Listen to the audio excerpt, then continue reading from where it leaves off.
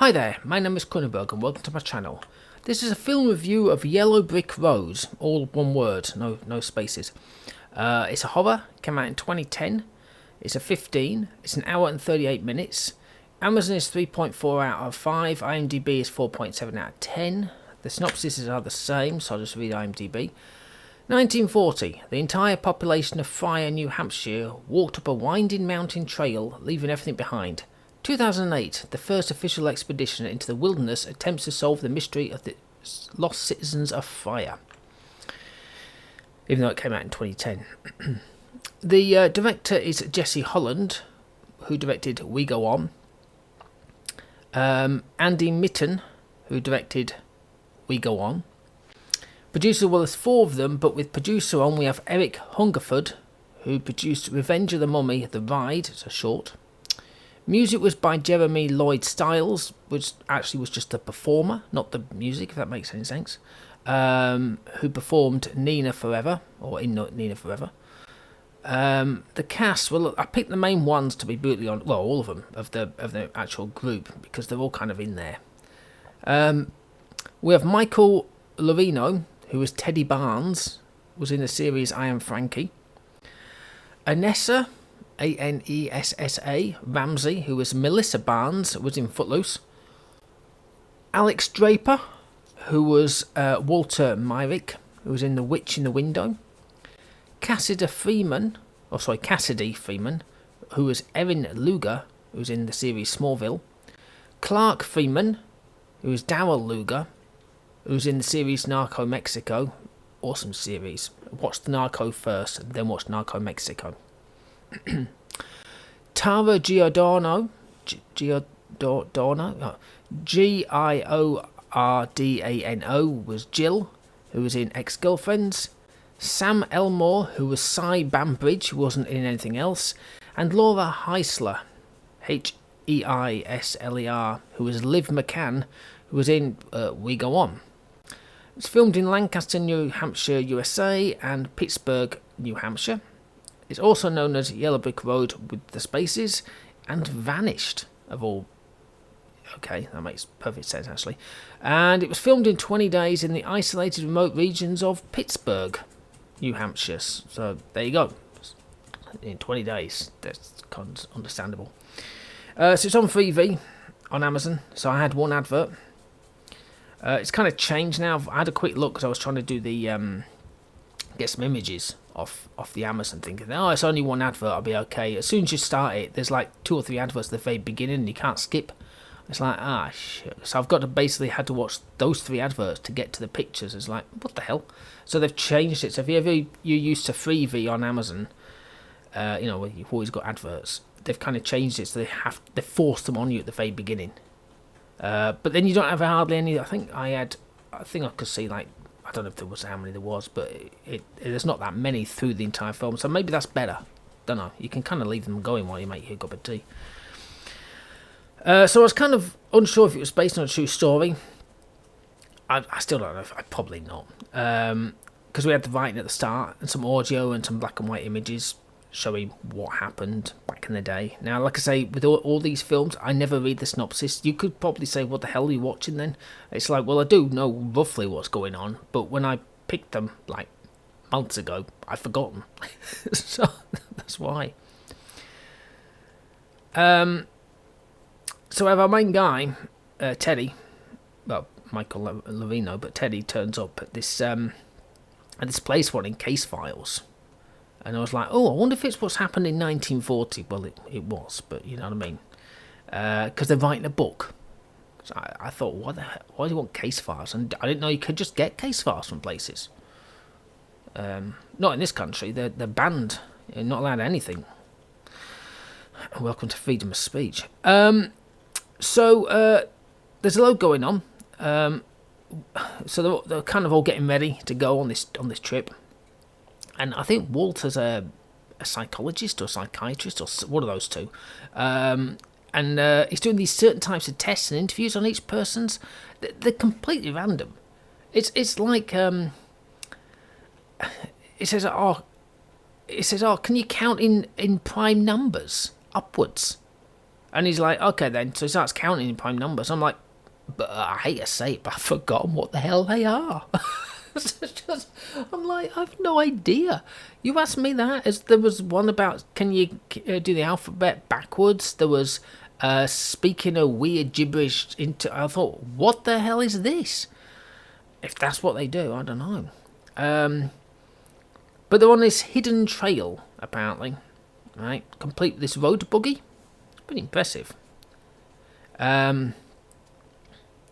And then they use this Stetson, I think it's a Stetson, you know, the type that you could use in the old days when you used to just sort of stare into the distance and calculate how far you've got to go and all that sort of stuff. It's one of those things, but it's electronic, so it's like, oh, really? Could you not use an old-fashioned one? That would be far, far better, because you don't need to worry about electrics or batteries or anything like that. So there's an intern, I've forgotten her name, I think it was Jill. I think that was the intern. I kept on hearing Jill a few times, but so she had the GPS signal, and they kept on asking her where they are, because apparently the GPS was kind of like playing up on them at this point, you know, because it's a forbidden place. And she's saying, oh, we're in Guam. And they're going, thanks, Jill, laughing away. And then it says, where are we now, Jill? I think you say it's Jill, I don't know, but I'm assuming so, because the others don't have that kind of ring to it. And then she says, oh, we're in Melbourne. And they're all laughing, but she looks like she's absolutely ready to just kill them. Because it's just like, ha, Jill doesn't know how to use a GPS. That kind of thing. It's like, oh, really? So they're walking and camping. Walking and camping. Walking and camping.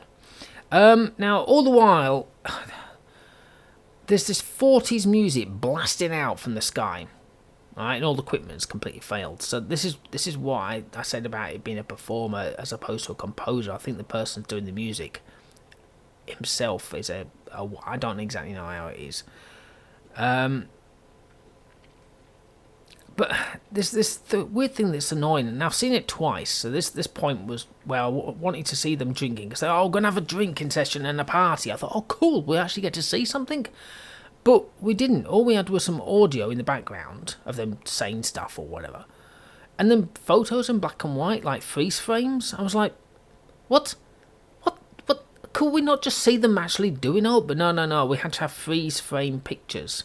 So we didn't see anything as such. It wasn't like a crappy little video or anything. It was literally like photos. Oh, come on.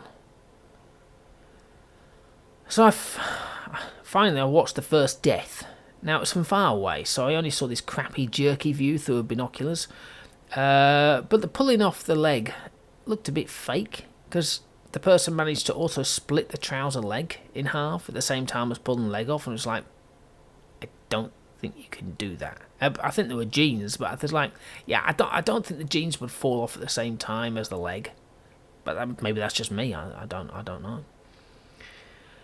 The bloody music, Jesus! I know it's part of the film, because I don't think it tells you, but it's there. I've just given it away, but it's literally non-stop. Right, so they're obviously getting annoyed with it. They're having to put earplugs and stuff like that in it, because it just goes on and on. But it's so annoying, because I have to have these headphones on because I'm watching late at night, and you know, some people don't like the sound of screaming through the house. So I've got headphones on, and I've got this music. Then I've got this weird screeching, like hee. I can't really do it, but you know what I mean. That screeching, there's a sort of screeching noise, like a, I don't know, whatever. Then there's partial music, then a scratching, then this high-pitched sort of, you know, when you move a microphone and you have that high-pitched noise when it doesn't seem... You've all seen films, or you've been to a concert or something, and somebody hits something and you have this high-pitched noise that everyone goes, my God, my ears.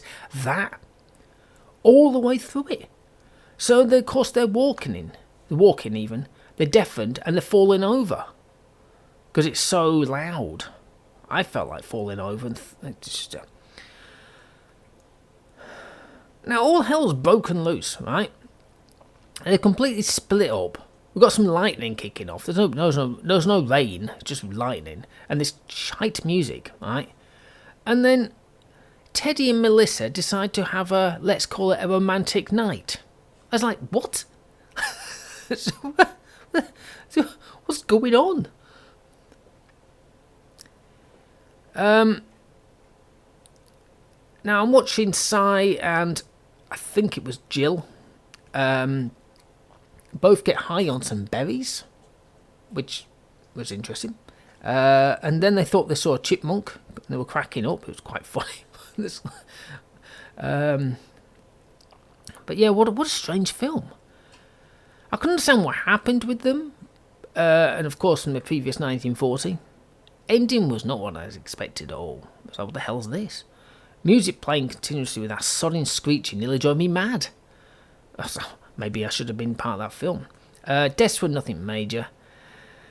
Now, I'll give it a 4. I was debating about giving it a 3 because of that bloody music, but of course that music's part of the film, if you know what I mean. So, yeah, maybe a 4.